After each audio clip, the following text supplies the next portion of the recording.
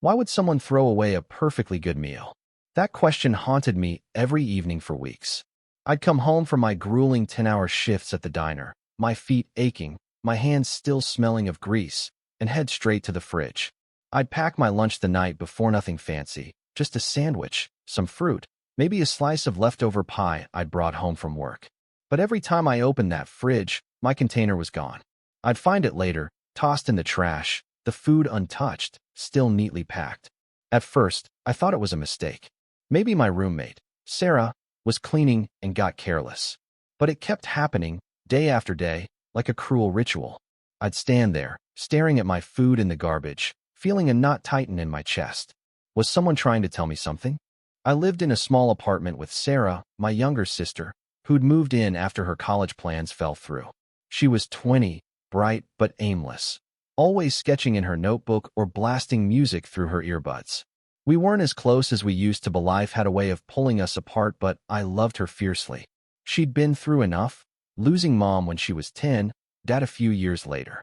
I'd taken on the role of her protector, working double shifts to keep us afloat. So when I asked her about the food, I expected a quick answer. "Sarah," I said one night, holding up an empty container, "do you know why this keeps ending up in the trash?" She froze, her pencil hovering over her sketchbook, and mumbled, "No idea." Her eyes darted away, and I knew she was lying. I didn't push her then. I was too tired, too drained to dig deeper. But the next day, it happened again. My turkey sandwich, the one I'd made with the last of our bread, was crumpled in the bin. I felt a surge of anger, mixed with something else, fear, maybe. This wasn't just about food. It felt personal, like someone was erasing my efforts, my care. I started locking my lunch in a box, but even that didn't stop it. The lock was broken one day, the food gone.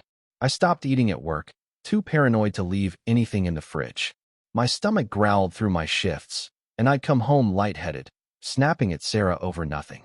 She'd just shrink into herself, silent. One night, I couldn't take it anymore. I sat her down, my voice shaking. "Sarah, talk to me. Why is my food always in the trash? Are you doing this?" Her face crumpled, and for a moment, I thought she'd cry. Instead, she took a deep breath and said, "It's not me. It's Ethan." My heart stopped. Ethan was our neighbor, a quiet kid, barely 16, who lived with his mom in the apartment next door. His mom worked nights, leaving him alone most evenings. I'd seen him around, always skinny, always looking hungry. "What do you mean, Ethan?" I asked, my voice barely a whisper. Sarah's words came out in a rush. She'd caught him sneaking into our place a few weeks ago, rifling through the fridge. He wasn't stealing to eat, was throwing my food away.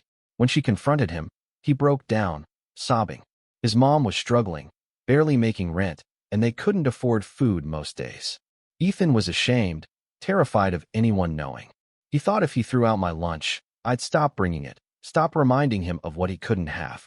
Sarah had been covering for him, too guilty to tell me, too scared to make things worse for him. I froze, the weight of it hitting me like a punch. All this time, I'd been angry, hurt, thinking someone was targeting me. But it was a kid, starving and desperate, trying to hide his pain. I thought of Ethan's hollow cheeks, the way he avoided my eyes in the hallway. I thought of Sarah, carrying his secret, torn between loyalty to me and compassion for him. I felt like I'd failed them both. The next day, I knocked on Ethan's door. His mom wasn't home, and he looked terrified when he saw me. I didn't yell. I didn't accuse. I just handed him a bag of groceries, bread, apples, some canned soup, and said, "If you're hungry, come to me. No more trash cans, okay?" His eyes welled up, and he nodded, too choked up to speak. Sarah stood behind me, her hand on my arm, and for the first time in months, I felt like we were a team again. That night, I made 2 lunches, one for me, one for Ethan. I left his in the fridge with a note, "For you." No strings. It wasn't much, but it was a start. The knot in my chest loosened, replaced by something warmer. I'd spent weeks asking why, consumed by my own hurt. But the answer wasn't about me.